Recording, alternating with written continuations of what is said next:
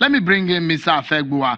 Mr. Afegbua, that we've seen the Senate president move into the PDP. So we now see the ruling APC in the executive. Now we've seen the Senate president, the deputy Senate president of the PDP in perhaps in a Senate that is in the of APC majority. But today, the APC is saying, look, that will not dwindle the fortune of our party going into 2019.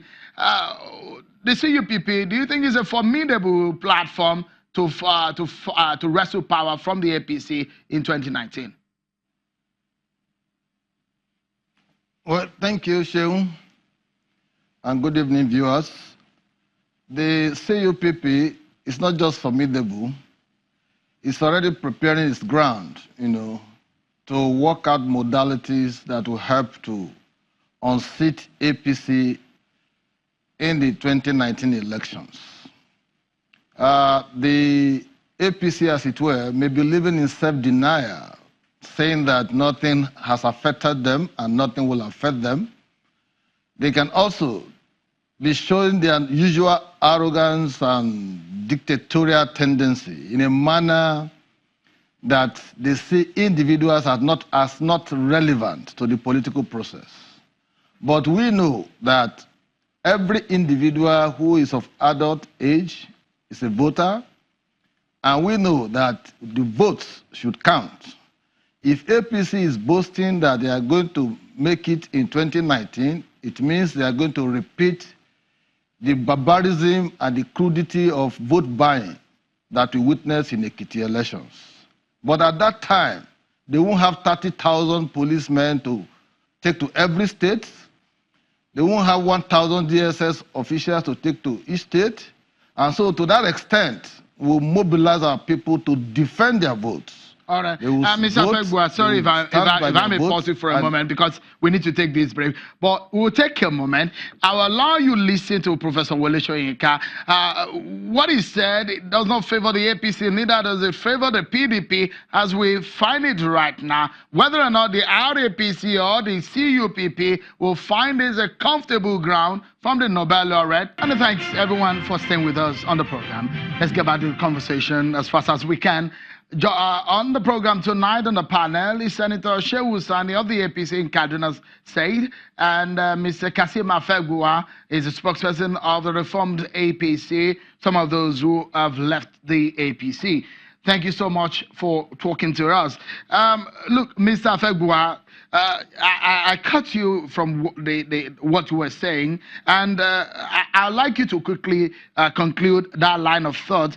But this is what the president has said earlier today when he was in Bauchi. He said, and I quote, God will help fish out all the bad eggs in our party before 2019. It does look to me that this is perhaps a statement. If your side of the divide is happy that you have left the APC, it does look like some people are happy that you have left.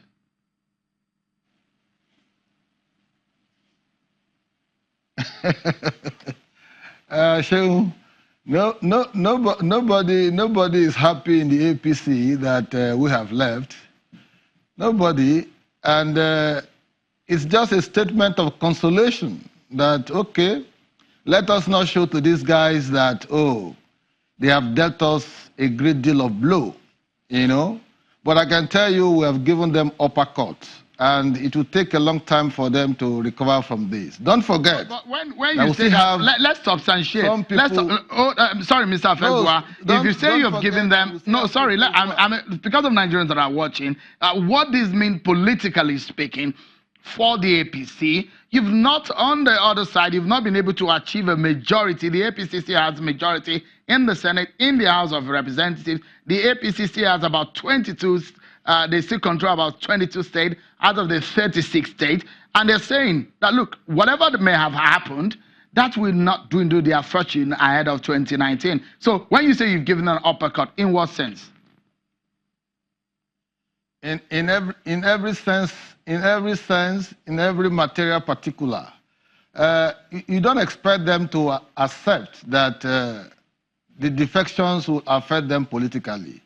But every discerning mind should know that where you have people defecting from your party, it's either you critically re-examine yourself or you take stock of what you have and see how much stronger you have become or you will become, or what impact these defections will cause.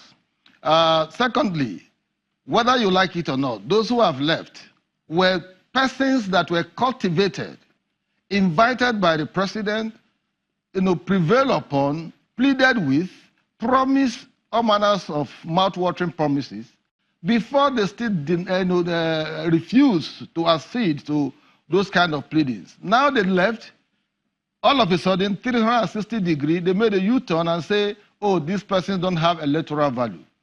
If you say the Senate president does not have electoral value, good luck to you.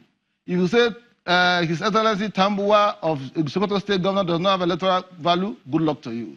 If you say Kwankwaso does not have, good luck to you. But what we are saying is that these are persons that when they were leaving the party, you saw the quality crowd, you saw their supporters that also left with them. And so the president may be consoling himself, not trying to expose, the pain that the president goes through. And whether you will like it or not also, more members are going to defect from the APC. I can assure you more senators will defect. I can assure you more House of Rep members will defect. And the majority that the APC is claiming will pale into insignificance. All right, okay. Let's allow Mr. Afegbua to close the program for us in 30 seconds. As it stands right now, the talks about getting new face of leadership in the country, and in fact, your critics have said, look, the PDP and the CUPP platform that have joined is perhaps not a sellable platform. Are you weary of the fact that this might be a task in futility? That's some of the analysis being made by some of your critics. Just in 30 seconds, Mr. Afegbua. Let me quickly correct the impression that the president enjoys so much of popularity as it is now. In the last 3 years, we have been able to see the president's capacity is been demystified, and so his popularity rating has dropped. Talking about the CUPP, this is the first time that about 40 political parties will be coming together under a coalition to design, a way forward towards presenting one candidate that will confront whoever the APC will be presenting the ballot in 2019. And so we are reaching out to Nigerians, different opinion holders. We need to go. I'm afraid we are out of time. But I must really thank you for your thoughts and some of the things that you have said on the program today. Senator Shehu Sani, thank you for coming on the program. Mr. Kasim Afegbua, thank you also for being part of the show. But that's our show for tonight, everyone. Many thanks for being part of it. I'm Shion Kimbaloye. Bye-bye.